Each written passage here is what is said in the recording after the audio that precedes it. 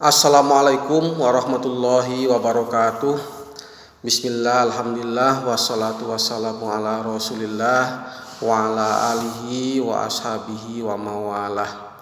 Ananda yang ayah cintai, yang ayah banggakan, alhamdulillah dengan pertolongan Allah kita bisa lagi melanjutkan pelajaran kita. Dan pada pelajaran sekarang, yaitu pendidikan agama Islam, ayah akan menyampaikan materi yang baru, yaitu tentang sholat.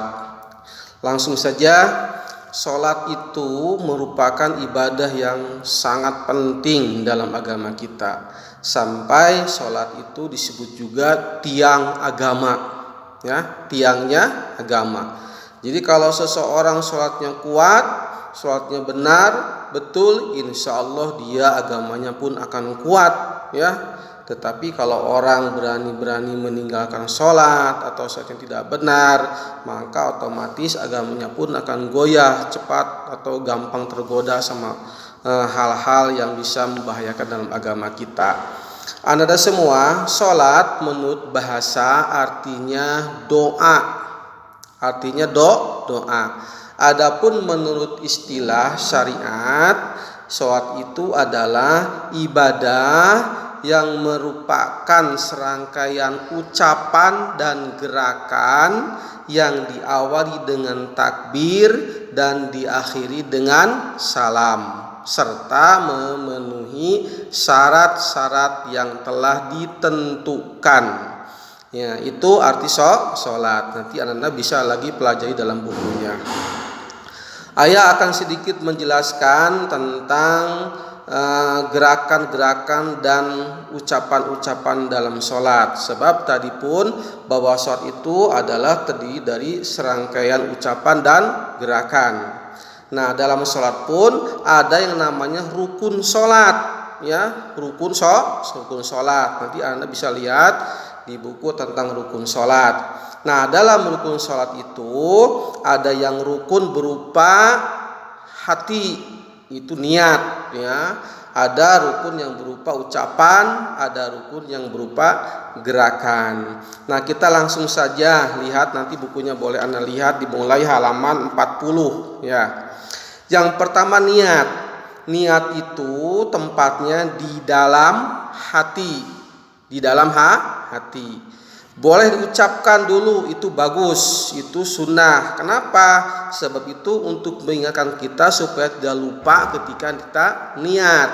Contohnya seperti lafaz usolli fardhu zuhri arba'a raka'atin mustaqbilal qiblati adaan lillahi ta'ala. Itu talafud namanya, diucapkan niatnya. Itu maksudnya untuk mengingatkan hati kita ketika nanti kita niat tidak lupa, oh saya mau sholat apa nih, saya sholat zuhur. Nah, adapun yang jadi rukun dalam sholat itu dalam hati, ketika kita takbiratul ihram. Apa takbiratul ihram? Yaitu mengucapkan Allahu Akbar ketika memulai sholat. Jadi kita ucapkan Allahu Akbar. Nah, ketika Allah, hati kita bilang niat aku sholat fardu zuhur makmum lillahi ta'ala. Niat aku sholat fardu asar makmum lillahi ta'ala.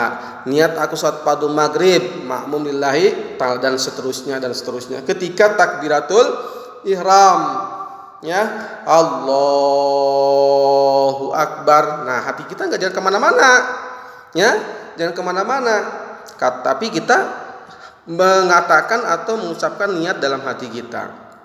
Takbiratul ihram sendiri, mengucapkan Allahu Akbar itu adalah termasuk ucapan, rukun ucapan. Jadi kalau rukun ucapan harus terdengar suaranya. Nggak boleh begini, nggak boleh, harus kedengaran. Yang namanya ucapan harus kedengaran. Nah, itu satu, niat dan takbiratul ihram. Ketiga, berdiri tegak. Nah, halaman 41, berdiri tegak. Jadi ketika sholat kita berdiri tegak sebagaimana kita tegak seperti yang biasa kita tegak. ya. Jadi jangan sampai didongkok-dongkok begini ya, tapi jangan begini juga, tapi seperti biasa kita tegak. Kecuali memang kalau ada orang-orang yang kebetulan tidak bisa tegak karena memang penyakit dan sebagainya, itu semampu dia. Itu berdiri tegak bagi yang mampu. Kalau tidak mampu berdiri, boleh duduk. Tidak mampu duduk, boleh berbaring, dan seterusnya dan seterusnya. Itu berdiri tegak sambil menghadap kiblat tentunya. Nomor 4, di sini ada membaca doa iftitah. Nah, kalau ini sunnah hukumnya, tidak termasuk rukun sholat. Doa iftitah itu setelah takbiratul ihram, hanya pada rakaat pertama saja.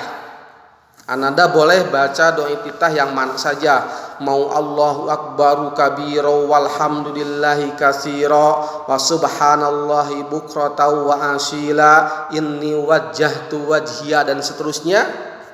Atau boleh Anda baca Allahumma ba'id baini wa baina khotoyaya kama ba'atta bainal masyriqi wal maghrib dan seterusnya.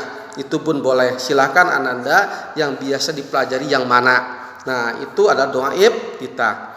Nah, seterusnya surah Al-Fatihah. Ini rukun ucapan. Surah Al-Fatihah wajib dibaca setiap rakaat. Setiap rakaat.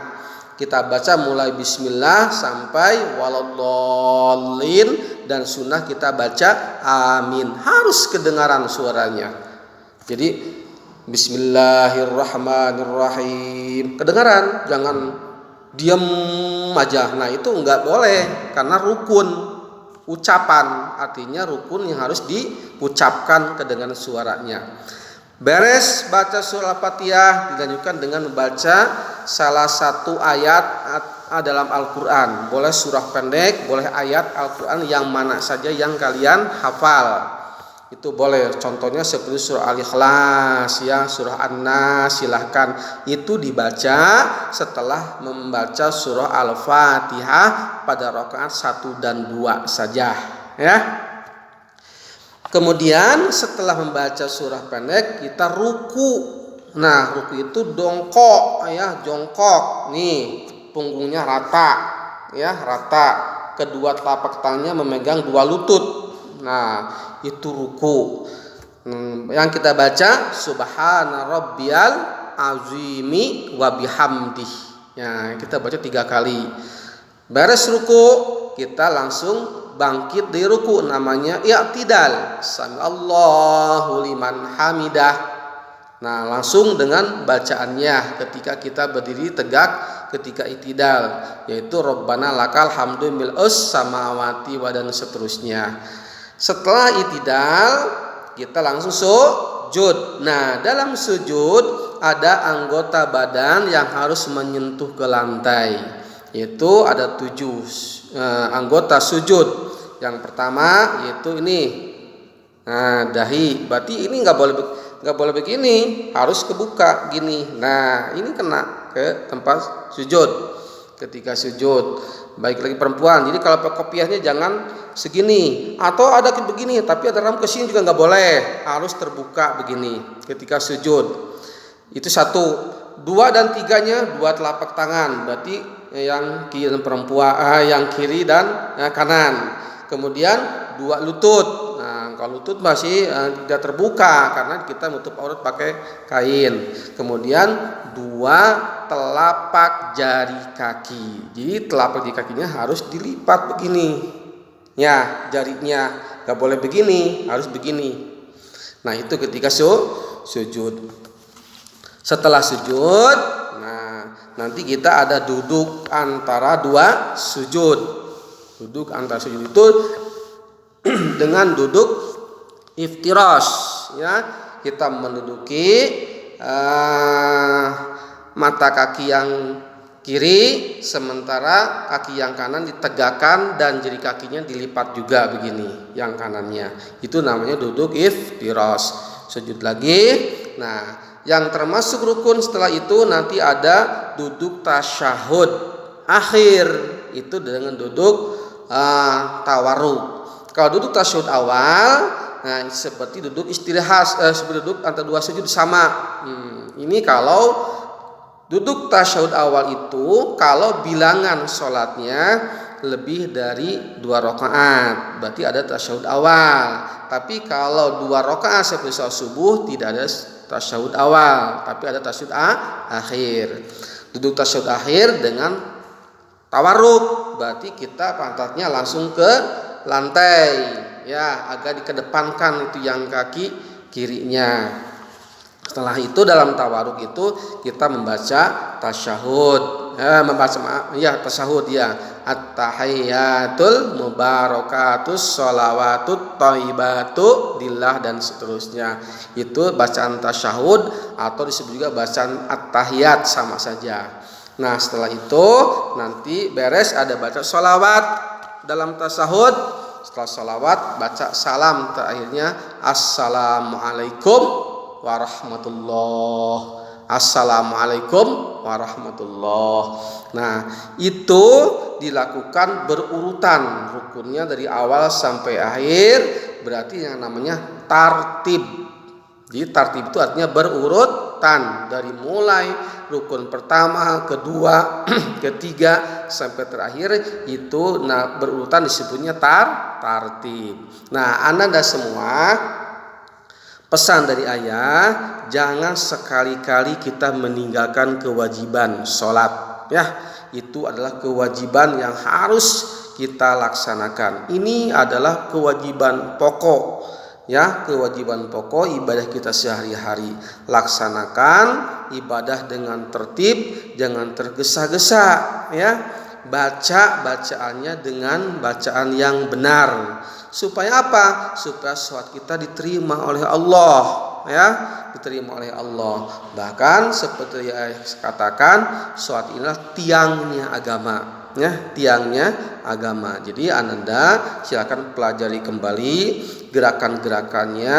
Kebetulan di LKS ada gambar-gambarnya, bisa dilihat nanti gerakannya seperti apa. Nah, dari ayah silakan nanti Ananda bolehlah mengisi latihan dulu di sini. Ada di paket halaman 53, ya, bisa dikerjakan sampai 54. Tapi nanti ayah juga minta ada hafalan dari Ananda untuk bacaan-bacaan, ya, entah bacaan-bacaan dalam sholat, kemudian gerakan-gerakan sholat.